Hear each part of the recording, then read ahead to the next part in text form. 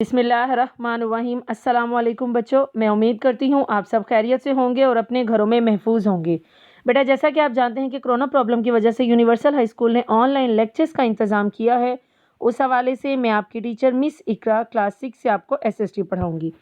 ये हमारा एसएसटी का 28 लेक्चर है। लेक्चर नंबर 27 में हम अपना chapter number 8 irrigation crops and life stocks complete कर चुके हैं, जिसमें हमने साउथ एशिया में इरिगेशन और क्रॉप्स कौन कौन सी इंपॉर्टेंट है, साउथ एशिया में पाकिस्तान की इंपॉर्टेंट क्रॉप्स, इंडिया की इंपॉर्टेंट क्रॉप्स के बारे में पढ़ा था। इसके अलावा हमने इसमें इरिगेशन प्रोजेक्ट्स पढ़े थे कि कौन कौन से हैं, इंपॉर्टेंट कैनाल्स कौन कौन से हैं, ये सारी चीज़ें हमने पढ़ी थी।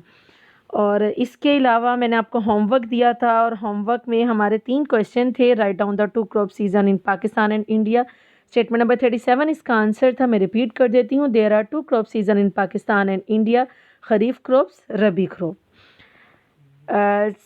नेक्स्ट क्वेश्चन था question number 12, differentiate between kharif and rabi season. Statement number 38 and 39 इसका आंसर था।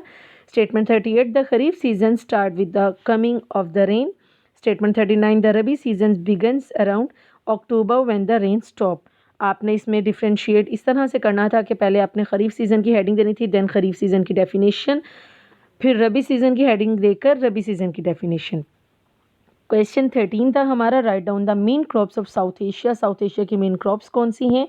स्टेटमेंट 40 इसका आंसर था। Wheat and rice are the 2 main crops of South Asia. गंदम और चावल साउथ एशिया, जनूबी एशिया की 2 मेन क्रॉप्स हैं। लर्निंग के लिए मैंने आपको ये कंप्लीट चैप्टर दिया था, प्लस आपने 3 क्वेश्चन करने थे। मैं उम्मीद करती हूँ आपने अपनी लर्निंग भी की होगी और अपना ये तीनों क्वेश्चंस अटेम्प्ट भी किए होंगे। अब आते हैं अपने आज के लेक्चर नंबर 28 की तरफ। लेक्चर नंबर 28 में आपका यूनिट नंबर 9 आज हमने स्टार्ट करना है, occupation, children and big cities, जिसमें हमने ऑक्यूपेशन के बारे में पढ़ना है। ऑक्यूपेशन कहा जाता है मुलाजमत को, काम जो किया जाता है, जॉब जो होती है basically.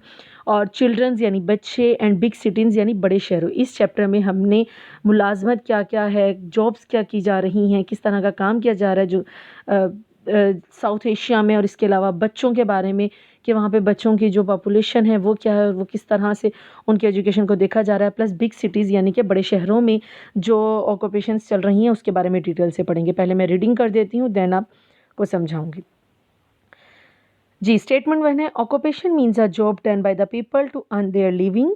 Statement 2, the main occupations of the people of South Asia are: point 1 farming, point 2 fishing, point 3 gardening, point 4 cattle and poultry rearing, point 5 trade, 6 services, 7 handicrafts making, 8 labour work.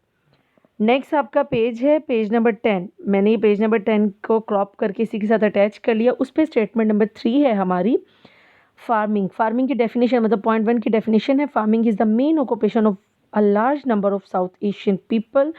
Statement 4, most of the people of Pakistan, India, Bangladesh and Nepal have adopted farming occupation for gaining better lifestyle. Statement 5, South Asia is well known for agriculture. बेटा ये आपके 5 statements. अब इसमें से पहले words underline कर लीजिए जो कि इंपॉर्टेंट हैं आपके ऑब्जेक्टिव के लिए। आपको हमेशा बताया जाता है कि जो आपको स्टेटमेंट पढ़ाई जाती हैं इन्हीं में से आपकी ऑब्जेक्टिव, आपके क्वेश्चंस, सब्जेक्टिव और ऑब्जेक्टिव इन्हीं में से बन के आते हैं। स्टेटमेंट 1 में देखिए, occupation job, people, earn, living. Statement 2 में main occupations, people, south Asia. Next आपके जो 8 पॉइंट्स हैं, farming, fishing, gardening, cattle and poultry rearing, trade, services, handicrafts making, labour work, इनको अंडरलाइन कर लीजिए आप। देन देखिए, farming, main occupation, large number, south Asian people. 4 में देखिए, people, Pakistan, India, Bangladesh, Nepal, adopted farming occupation, gaining lifestyle. Statement 5 में देखिए, south Asia, well known agriculture. ये आपके वर्ड्स थे, अंडरलाइन आप लोगों ने कर लिए होंगे। अब देखिए, occupation. Occupation means a job done by the people on to earn their living. ज़िंदगी गुजारने के लिए, लिविंग होते हैं ज़िंदगी गुजारना, अर्न कमाना, मतलब ज़िंदगी गुजारने के लिए लोग जो काम करते हैं उसको ऑक्यूपेशन यानी मुलाजमत कहा जाता है।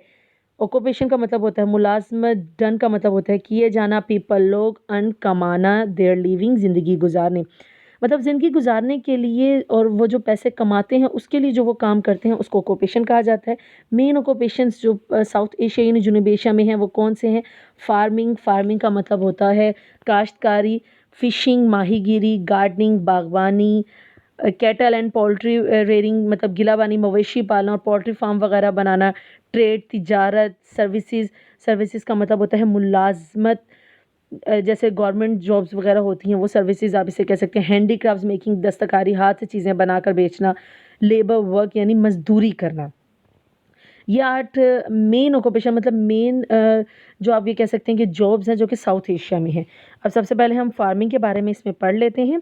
Farming is the main occupation. Farming यानी काश्तकारी जो है वो सबसे अहम पेशा है। ऑक्यूपेशन को पेशा भी कहा जाता है।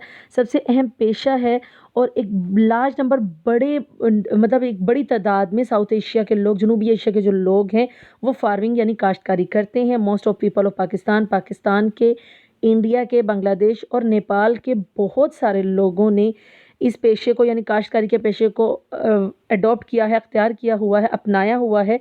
गेनिंग बेटर लाइफस्टाइल, अपनी बेहतरीन ज़िंदगी, बेहतर ज़िंदगी गुजारने के लिए उन्होंने इस पेशे को अपनाया है। South Asia is well known for agriculture. South Asia को जो है ज़राअत के लिए मतलब साउथ एशिया ज़राअत के लिए बेहतरीन तौर पर जाना जाता है।